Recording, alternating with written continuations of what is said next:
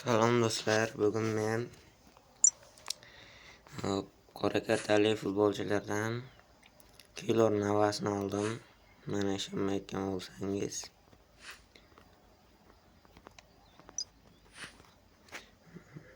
mana Navas qo'yib bo'lmaydi. Mana ishonmayotgan bo'lsangiz, mana